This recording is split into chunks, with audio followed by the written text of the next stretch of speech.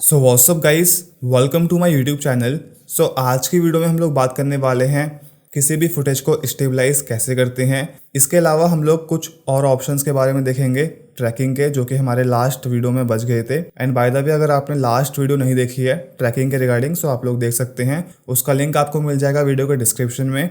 Also जो भी मैं फुटेज का यूज़ करने वाला हूँ उन सभी का आपको लिंक मिल जाएगा वीडियो के डिस्क्रिप्शन में। वीडियो को शुरू करते हैं विदाउट वेस्टिंग एनी टाइम। सो यहाँ पे हमने फुटेज को ओपन कर लिया है। सबसे पहले हम लोग यहाँ पे समझ लेते हैं कि स्टेबलाइज का मतलब होता क्या है। सो कई बार जब हम लोग वीडियो को रिकॉर्ड करते हैं, चाहे वो फ़ोन से हो चाहे वो कैमरे से हो, सो हमारा हाथ काफ़ी ज़्यादा हिलता है, ठीक है, उस टाइम पे।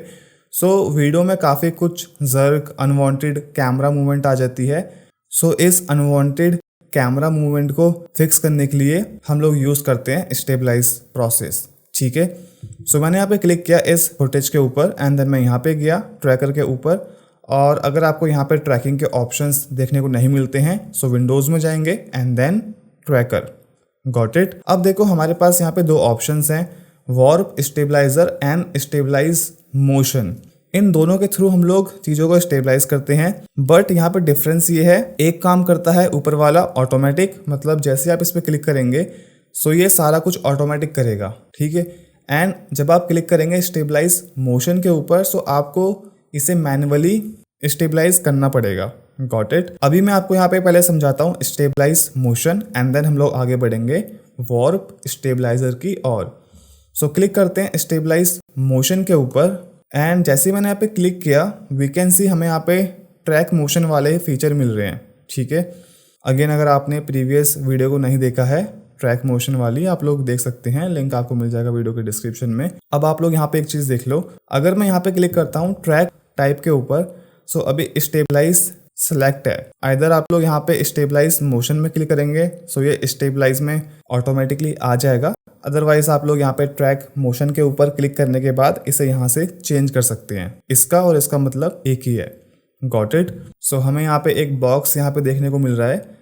सो अभी यहाँ पे ना हमें कुछ ऑप्शंस मिल रहे हैं like position, rotation and scale. So आपके कैमरे में किस टाइप की मूवमेंट है, ठीक है। अगर आपके फुटेज के अंदर रोटेशन भी है, स्केल भी है, so you can tick these two option also. Otherwise अगर आपको लगता है कि आपके फुटेज में सिर्फ पोजीशन की मूवमेंट है, सो आप लोग यहाँ पे सिर्फ पोजीशन को भी ऑन कर सकते हो। यहाँ पे हम लोग क्या करने वाले हैं, सो मैंने क्या किया, मैं यहाँ पे चाह रहा हूँ कि मुझे इस फुटेज को स्टेबलाइज करना है बाइक के इस इंडिकेटर के पॉइंट से, ठीक है। सो ध्यान रखना, जो ये बॉक्स है ना, ये वाला पूरी फुटेज इस बॉक्स के अकॉर्डिंग स्टेबलाइज होगी। अगर मैं यहाँ पे इसे सेट करता हूँ, सो पूरी फुटेज इस पॉइंट से स्टेबलाइज होना शुरू हो जाएगी।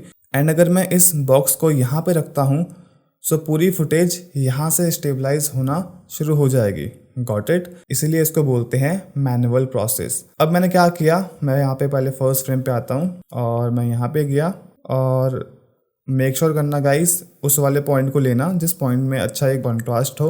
एंड आप यहाँ पे क्लिक कर सकते हैं प्ले फॉरवर्ड के ऊपर। अभी मैं यहाँ पे इसके ऊपर क्लिक नहीं कर रहा हूँ बिकॉज मुझे पता है ये ट्रैकिंग पॉइंट छोड़ देगा, बिकॉज यहाँ पे पॉइंट उतना अच्छा नहीं है। सो मैं इसे यहाँ पे मैनुअली ट्रैक कर रहा हूँ। Got it. सो यहाँ पे हमने इसे ट्रैक कर लिया है। सो इसके बाद आप लोग यहाँ पे सिंपली क्लिक करेंगे अप्लाई के ऊपर and then hit okay. So we can see अब यहाँ पे ये फुटेज स्टेबलाइज हो चुकी है कुछ इस टाइप से, क्योंकि इस फुटेज के अंदर काफ़ी ज़्यादा यहाँ पे कैमरा मूवमेंट थी। सो वी कैन सी यहाँ पे आपको बॉर्डर्स में इश्यूज देखने को मिल रहा होगा। सो इसको फिक्स करने के लिए प्रेस एस और आप लोग यहाँ पे इस फुटेज को स्केल कर दो। Got it. सो यहाँ पे ये हमारे पास था फर्स्ट वे किसी भी फुटेज को स्टेबलाइज करने के लिए। सो हमने स्टेबलाइज कहाँ से किया इसे, इस पर्टिकुलर पॉइंट से। आप लोग किसी भी फुटेज को, जैसे मान लो कि अगर आप नोज़ में ट्रैक करते हैं, सो वो फुटेज नोज़ से ही स्टेबलाइज होगी। Got it. आगे बढ़ते हैं। अब मैं यहाँ पे क्लिक करने वाला हूँ सिंपली वार्प स्टेबलाइजर के ऊपर। सो ये क्या करेगा, ऑटोमेटिक यहाँ पे फुटेज को एनालाइज करेगा एंड देन इसे स्मूथ करेगा। सो वी कैन सी यहाँ पे फुटेज स्टेबलाइज हो चुकी है, बट हमारे पास यहाँ पे मल्टीपल ऑप्शंस देखने को मिलते हैं। इनको एक बार समझ लेते हैं। सो अभी हमारे पास यहाँ पे एक ऑप्शन है दैट इज रिजल्ट। सो इस वाले ऑप्शन का मतलब क्या होता है, स्मूथ मोशन का मतलब कि आफ्टर इफेक्ट्स अभी यहाँ पे इसे स्टेबलाइज करने के बाद स्मूथ कर देगा, ठीक है। बट अगर आप यहाँ पे क्लिक करते हो नो मोशन के ऊपर, सो इससे क्या होगा, आफ्टर इफेक्ट्स फुटेज को स्टेबलाइज तो करेगा लेकिन जो आपकी जो एक्चुअल फुटेज थी उसके मोशन को मेंटेन रखेगा। Got it. So make sure आप यहाँ पे क्लिक करो स्मूथ मोशन के ऊपर। नेक्स्ट यहाँ पे आपको ऑप्शन देखने को मिलता है दैट इज स्मूथनेस। अब यहाँ पे आप लोग कंट्रोल कर सकते हो। इफ़ यू फील कि स्मूथनेस बहुत ज़्यादा है सो आप लोग इसे कर दो अराउंड 30 to 35। सो ये क्या करेगा, ये स्मूथनेस को कम कर देगा, ठीक है। डिपेंड करता है कि जितने भी आपकी फुटेज की रिक्वायरमेंट है या जो भी सिचुएशन है उस फुटेज की, उसके अकॉर्डिंग आपको यहाँ पे इसे मैनेज करना है। Now the next option is method. इसमें क्या होता है, अभी बाय डिफॉल्ट सब स्पेस वार्प सेलेक्ट है। इफ़ यू क्लिक पोजीशन, अगर आपकी फुटेज के अंदर रोटेशन नहीं है या फिर स्केलिंग नहीं हो रही है, so you can just click on this position. So after effects सिर्फ पोजीशन के बेसिस पे फुटेज को स्टेबलाइज करेगा। लेकिन अगर आपके सीन में तीनों हैं लाइक पोजीशन, स्केल, रोटेशन, और अगर आप इस पर क्लिक करते हो सो आफ्टर इफेक्ट्स तीनों को यहाँ पे कैलकुलेट करेगा, ठीक है। पोजीशन को भी स्टेबलाइज करेगा, स्केल को भी एंड रोटेशन को भी। But if you click on this option prospective, इसका मतलब ये होता है कि अगर आपका कोई शॉट प्रोस्पेक्टिव शॉट है या उसमें पैरेलैक्स है, so if you click on this option, so after effects उस प्रोस्पेक्टिव व्यू को मेंटेन रखेगा।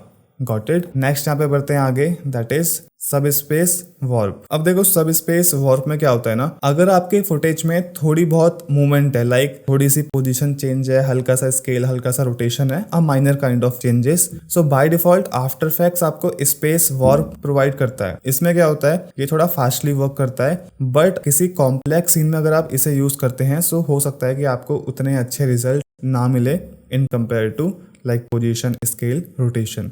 ध्यान रखो, आपको सब स्पेस वार्प को तब यूज़ करना है जब आपके सीन के अंदर थोड़ी बहुत कैमरा मूवमेंट हो, हल्की सी, ठीक है। आगे बढ़ते हैं। The next option is preserve scale. कई बार ऐसा हो सकता है कि अगर आपने किसी भी शॉट को स्टेबलाइज किया, स्टेबलाइज करने के बाद कुछ फ्रेम के अंदर शॉट आपका यहाँ पे कुछ इस टाइप से हो जाएगा, मतलब बाहर निकल जाएगा या फिर बोल सकते हैं क्रॉप हो जाएगा। सो उस कंडीशन में आप लोग क्या करेंगे, क्लिक करेंगे प्रिजर्व स्केल के ऊपर।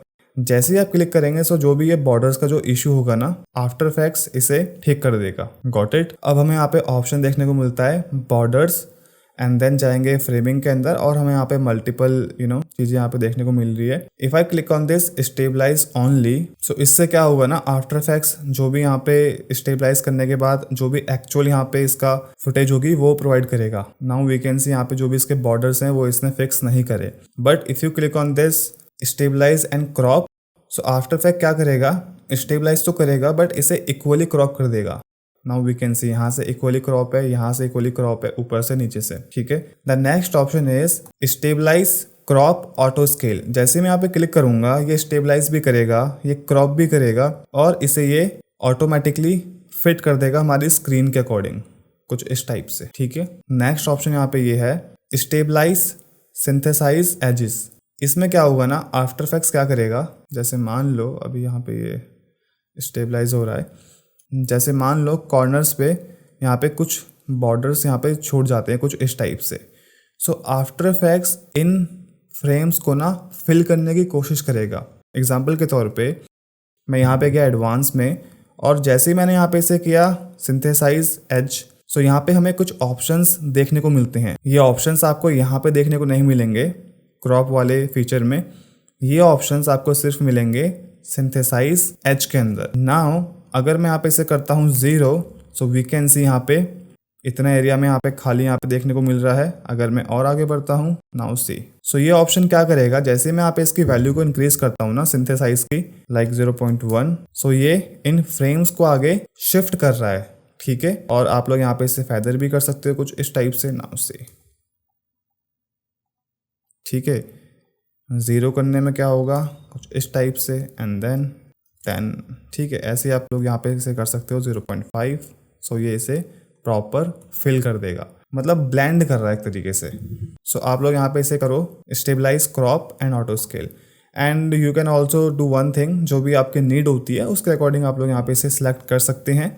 आगे बढ़ते हैं। देन ऑटो स्केल, इसका मतलब क्या होता है कि आप लोग यहाँ पे से मैक्सिमम स्केल इतना ही कर सकते हैं, इससे ऊपर नहीं कर सकते हैं। देन यहाँ पे आता है एक्शन सेव मार्जिन।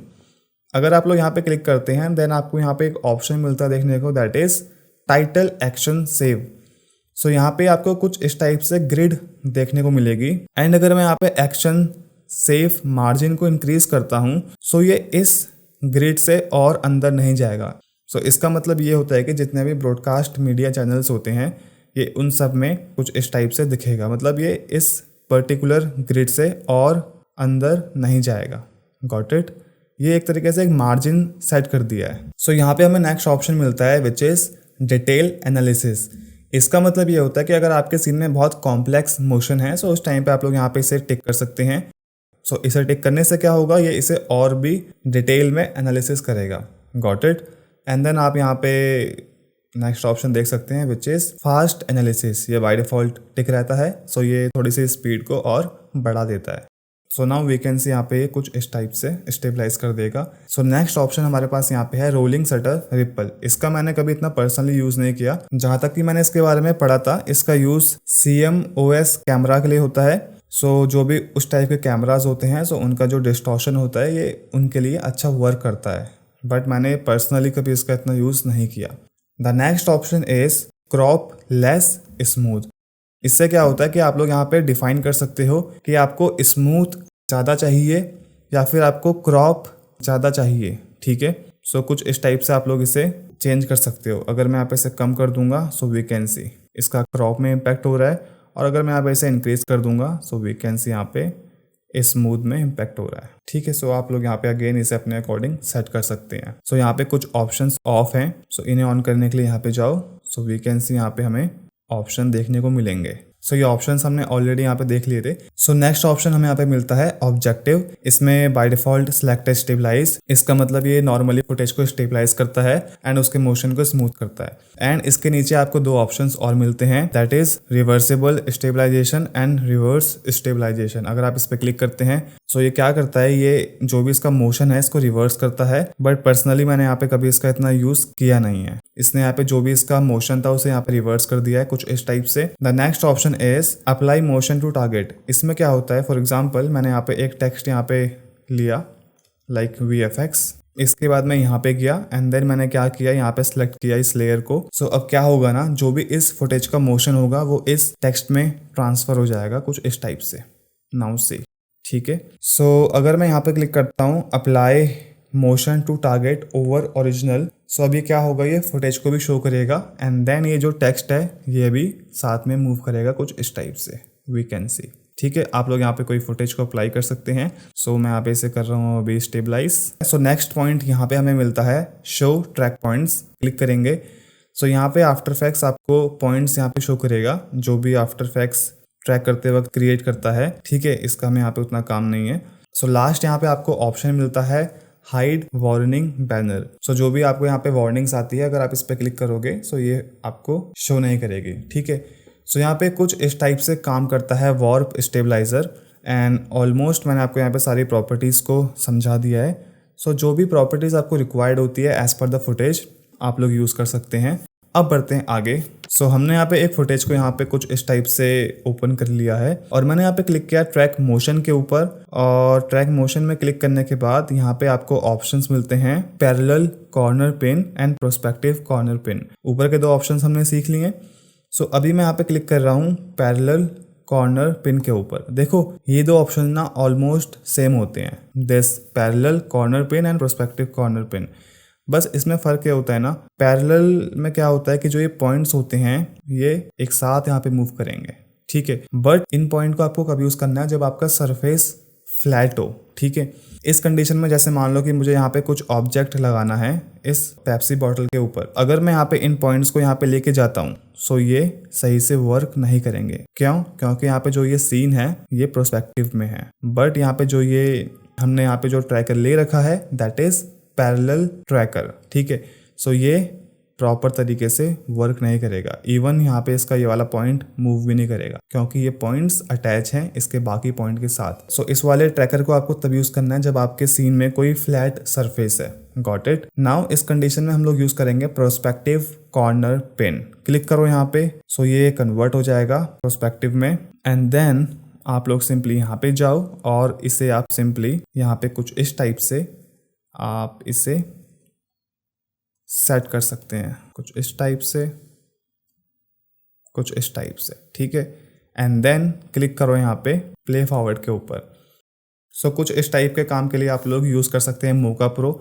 मोका प्रो इस जगह काफ़ी अच्छा काम करता है, बट यहाँ पे कुछ ऑप्शंस थे, सो मैं आपको यहाँ पे इसलिए बता रहा हूँ क्योंकि कुछ कंडीशंस में आप लोग इन्हें भी यूज़ कर सकते हैं। एंड देन आप लोग यहाँ पे क्रिएट करो एक new solid. So right click करो, न्यू सॉलिड, हिट ओके, और मैं यहाँ पे से कर रहा हूँ pre compose, right click, pre compose, okay. और मैं यहाँ पे गया edit target and then white solid, okay, and then apply. So now we can see यहाँ पे जो ये सॉलिड है प्रॉपर मूव कर रहा है as per the video, got it.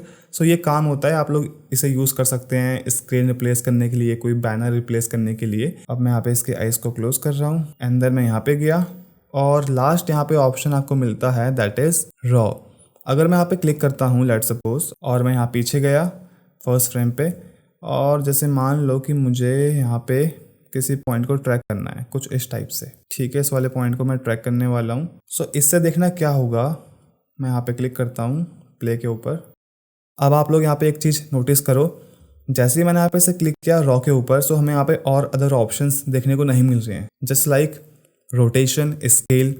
Even हम इस डेटा को किसी अदर लेयर के ऊपर ट्रांसफर भी नहीं कर सकते। ऑल्सो हम इस डेटा को किसी लेयर के ऊपर अप्लाई भी नहीं कर सकते। रॉ का मतलब ये होता है कि जो भी डेटा होता है इस फुटेज का, ये बाय डिफ़ॉल्ट इस डेटा को अपनी लेयर के ऊपर ही ट्रांसफ़र कर देता है। जैसे अगर मैं यहाँ पे जाता हूँ एंड देन यू प्रेस करता हूँ, सो वी कैन सी इसने हमें यहाँ पे सारी इन्फॉर्मेशन यहाँ पे प्रोवाइड कर दी डेटा की, गॉट इट। इसने यहाँ पे ये दिखला दिया कि जो इसका कॉन्फिडेंस था वो कितना था, लाइक 97% एंड ऑल। एंड इसके बाद आप लोग क्या कर सकते हैं, इन डेटा को यूज़ कर सकते हैं किसी अदर लेयर के साथ पेरेंट करके। फॉर एग्जाम्पल मैंने क्या किया, मैंने यहाँ पे सिंपली एक टेक्स्ट यहाँ पे टाइप किया लाइक सिटी, और कलर मैंने इसका वाइट किया एंड देन इसको मैंने यहाँ पे प्लेस किया। अब मैंने क्या किया, यहाँ पे प्रेस किया पी एज अ पोजीशन, और इसे मैंने ऑल्ट के साथ लेफ्ट माउस बटन क्लिक किया और मैंने पेरेंट कर दिया इसे फीचर के साथ, ठीक है। सो वी कैन सी यहाँ पे ये प्रॉपर इसे फॉलो कर रहा है इस पॉइंट को, ठीक है। सो कुछ इस टाइप से आप लोग यहाँ पे रॉ का यूज़ कर सकते हो, इस वाले ऑप्शन का। इसके अंदर आपको और भी एडिशनल फीचर्स मिल जाते हैं। सो गाइस आज की वीडियो के लिए बस इतना ही था। आई होप करता हूँ आपको वीडियो अच्छी लगी हो, आपको वीडियो समझ में आई हो। गाइस अगर आपको वीडियो अच्छी लगी हो, आप लोग सब्सक्राइब कर सकते हैं हमारा यूट्यूब चैनल। सो आप लोग हमें फॉलो कर सकते हैं इंस्टाग्राम एंड फेसबुक पर। सो हम लोग वहाँ पे कुछ ना कुछ अपडेट करते रहते हैं अपने काम के रिगार्डिंग। सो तब तक के लिए guys take care, bye bye, मिलते हैं किसी नेक्स्ट वीडियो में।